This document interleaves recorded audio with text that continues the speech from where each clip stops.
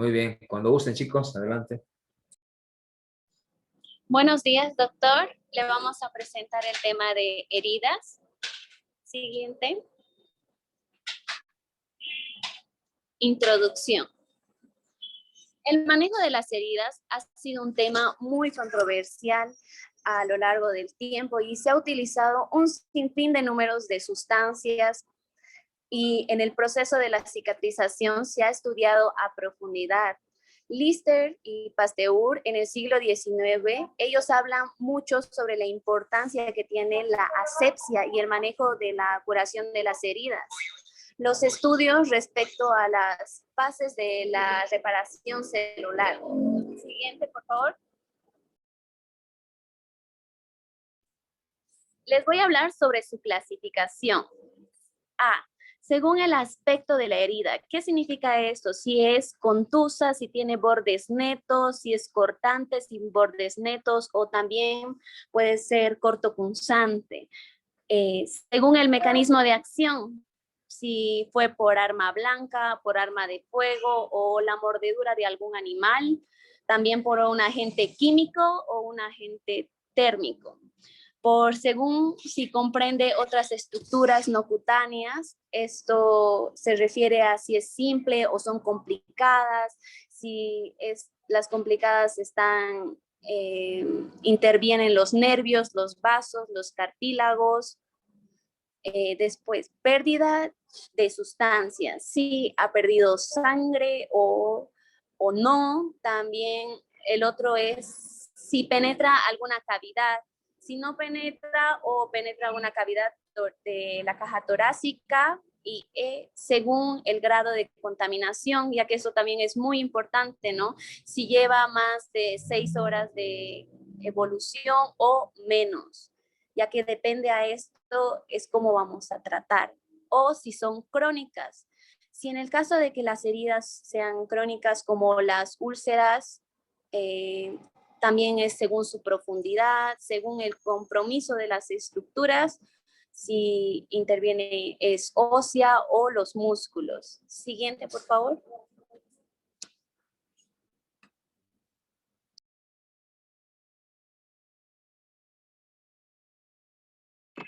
Bueno, ahora les voy a hablar sobre la clasificación de heridas quirúrgicas. Bueno, tenemos principalmente las heridas limpias. Estas, se habla de una herida limpia cuando el procedimiento, ceñido a la técnica aséptica, no entra dentro de un órgano o cavidad del cuerpo. La reparación electiva de una hernia inguinal es un claro ejemplo de un procedimiento operatorio limpio. El riesgo de infección de herida quirúrgica, en este caso, es mínimo y se origina en contaminantes del ambiente del quirófano o del equipo quirúrgico. Después tenemos las heridas limpias contaminadas. Bueno, un sitio quirúrgico limpio contaminado se ve cuando el procedimiento operatorio entra en un órgano o cavidad del cuerpo colonizado, pero bajo circunstancias electivas y controladas. Los contaminantes más comunes son bacterias endógenas del propio paciente. Por ejemplo, tendríamos las heridas de colectomías, generalmente contienen gérmenes gram negativos y anaerobios.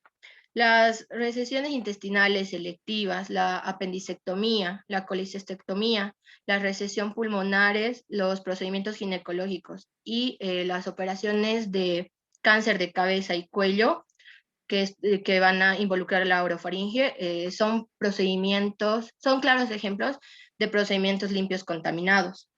Las tasas de infección de estos procedimientos están en el rango del 2% al 10%.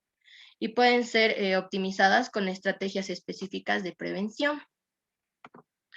Después tenemos las heridas contaminadas y las heridas sucias. Bueno, las heridas contaminadas van a ser que los procedimientos contaminados ocurren cuando ésta presenta una contaminación grosera en el sitio quirúrgico, en ausencia de una infección obvia. La contaminación no controlada, al abrir lumen intestinal, perforación de vesícula litiásica o durante una colicistectomía son ejemplos de procedimientos contaminados. Las tasas de infecciones fluctúan entre el 3 al 13%, aún con antibióticos preventivos y otras estrategias. Después tenemos las heridas sucias. Bueno, los procedimientos quirúrgicos realizados cuando existe una infección en el sitio quirúrgico son consideradas heridas sucias. La exploración abdominal por peritonitis bacteriana y los accesos intraabdominales son ejemplos de esta clase de heridas. Los patógenos esperados son los de la infección activa encontrada. En estos pueden encontrarse gérmenes multiresistentes en las heridas sucias. Si la infección ha ocurrido en un hospital o en un paciente que recibieron previamente terapia antibiótica. Bueno, después tendríamos cicatrización. Ya, bueno, la cicatrización es el proceso por el cual la reparación de la disrupción de los tejidos y su resultado final depende de múltiples factores. Por ejemplo, en el feto esta reparación no deja huella y se produce una regeneración del tejido. Por otro lado, en casos extremos se produce grandes queloides y cicatrices retráctiles que van a alterar la anatomía y la funcionalidad. El proceso de cicatrización se ha esquematizado en 3 etapas. La primera etapa, que es la fase inflamatoria, en esta se inicia en el momento de la injuria y se inicia con los mecanismos de la hemostasia, vasoconstricción, cascada de coagulación, la formación del coágulo que va a constituir la matriz de regeneración de la herida. Posteriormente se va a producir un proceso de vasodilatación y migración de polimorfonucleares y macrófagos en un ambiente inflamatorio. Después tenemos la fase proliferativa o de migración. Esta se va a iniciar ya al segundo día y puede extenderse hasta 3 semanas en una herida no complicada. Este periodo aparecen los fibroblastos, que van a ser las células germinales del tejido fibroso, que van a formar el tejido de granulación. En este ocurre la recanalización de los vasos linfáticos y se van a formar capilares sanguíneos. También se presenta, además del proceso de epitelización. La humedad de la herida va a favorecer a los procesos de migración celular.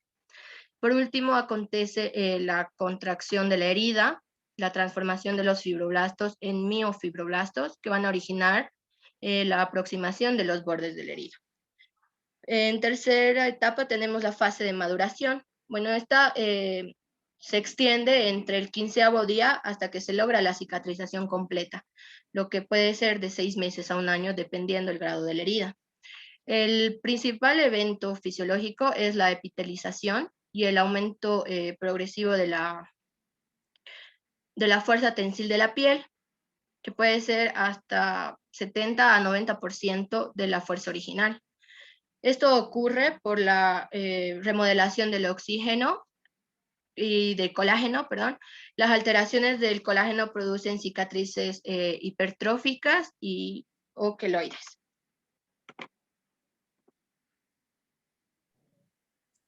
Bueno, tipos de cicatrización. Existen 3 tipos de cicatrización, de 3 maneras para las heridas agudas: cicatrización primaria, la cicatrización secundaria y la cicatrización terciaria. La cicatrización primaria o por primera intención es ideal para cualquier cirujano.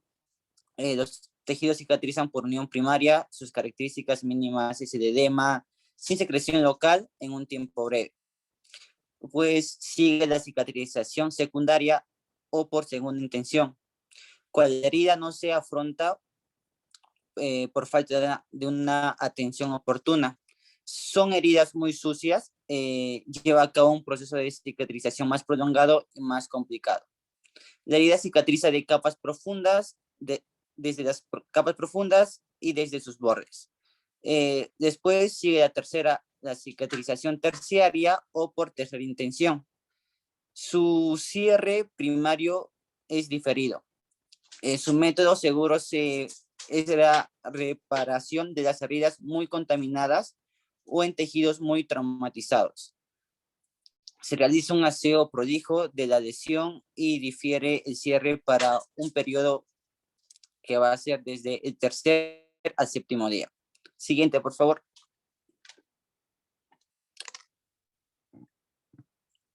Siguiente, por favor.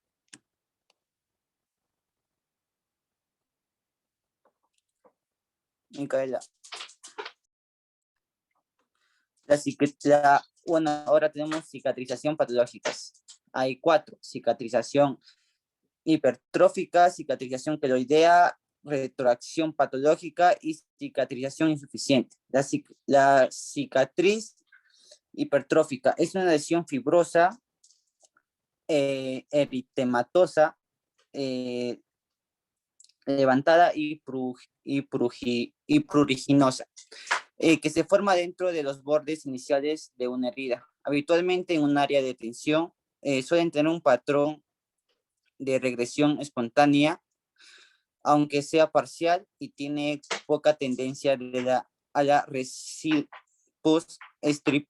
extirpación quirúrgica. La cicatriz queloidea es una lesión con aspecto tumoral, color rojo, rosado o púrpura, y a veces hiperpigmentada. Los contornos están bien demarcados, pero son irregulares, sobrepasando los márgenes iniciales de la herida. Después tenemos retroacción patológica. La contracción de la herida es un proceso normal mediante el cual la lesión disminuye el tamaño, pero en esta situación causa contractura en la piel, articulaciones flexoras en el cuello, las manos, especialmente secundarios a quemaduras. En la cicatrización insuficiente, la cicatrización puede ser mínima o inestable o incluso ausente, constituyendo una herida crónica. Siguiente, por favor.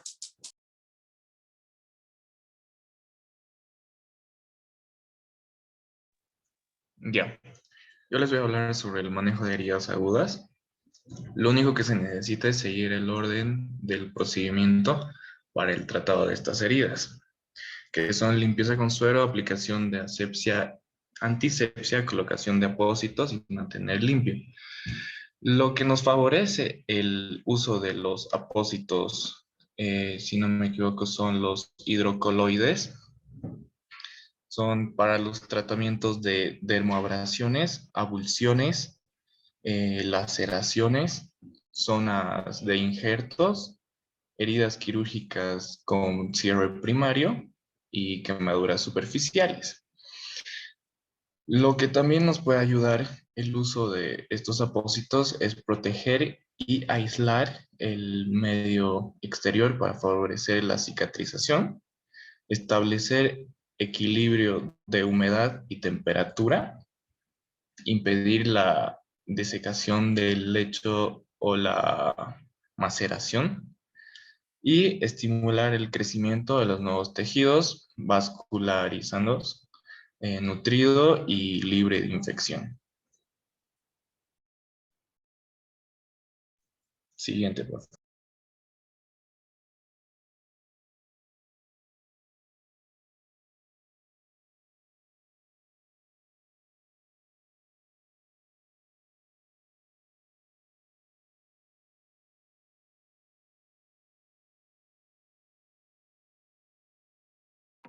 Rosángela.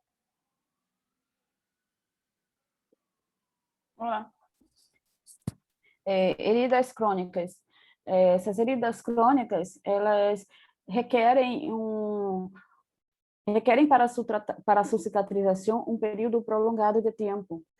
E, geralmente, são heridas que não sanam completamente em 6 semanas, como é o caso de, por exemplo, de úlcera por pressão, insuficiência vascular, metabólica, diabetes, infecciosa e outras. Seguinte, por favor.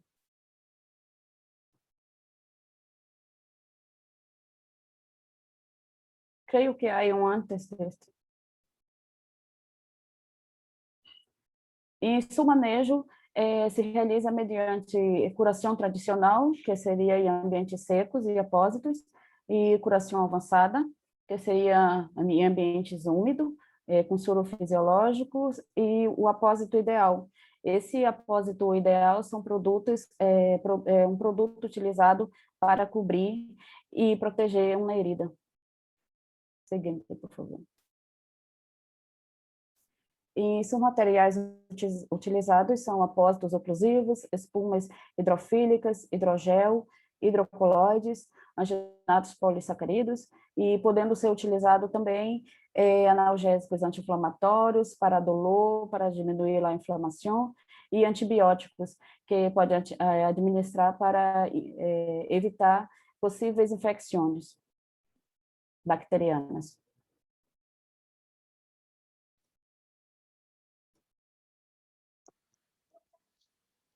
Un momentito, por favor, doctor. Vamos a mostrar un video en el cual Daniel lo va a explicar.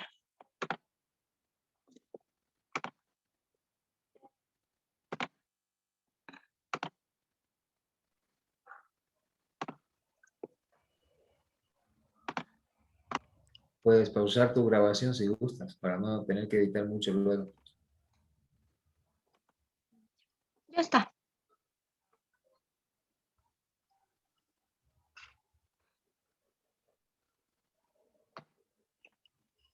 ¿Me escucha? Hola. Acerca, Daniel, acerca más tu micrófono a tu boca. Hola. Hola. Está bien. ¿Me escucha? Tipo de heridas, segundo su aspecto de clasificación. Punzantes. Las heridas punzantes se caracterizan por mucho dolor. Tienen orificios que pueden ser grandes o pequeños, diminutos, y se caracteriza por hemorragia escasa. Siguiente. Hola. Pulso cortantes. Se caracteriza por objetos. Se caracteriza por impactos violentos de objetos muito pesados. Se caracteriza por bordes irregulares, muitos cortes e podem ter hemorragia abundante. Seguinte. E também cicatrizes. Cortantes são produzidos por objetos filosos, pontiagudos. Podem afetar também músculos, ligamentos, e podem ter hemorragia escassa, moderada ou abundante. Seguinte. Erosão ou abrasão, ocasionado por el roce contra a superfície áspera. Ocurre uma perdida mais superficial da capa da pele. Podem ocorrer infecções também e hemorragia escassa igual. Próximo. Seguinte. El colgajo se caracteriza por uma parte de tecido sano que se desprende, se alarga para cobrir uma herida cercana. Seguinte.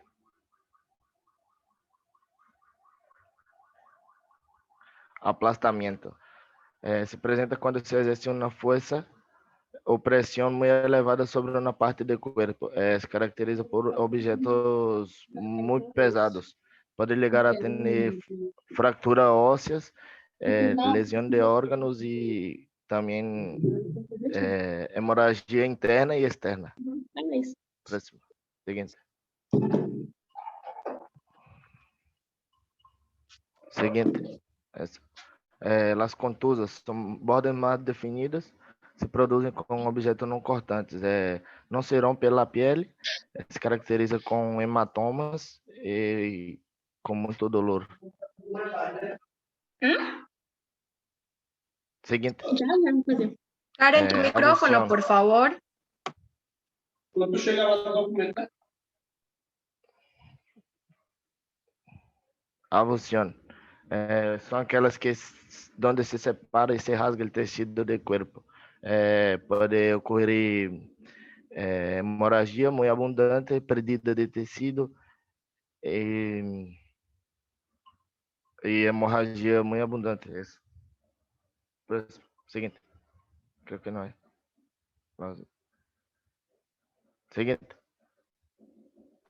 Eso sería todo, doctor. Muchas Sería gracias. todo eso. Muchas gracias.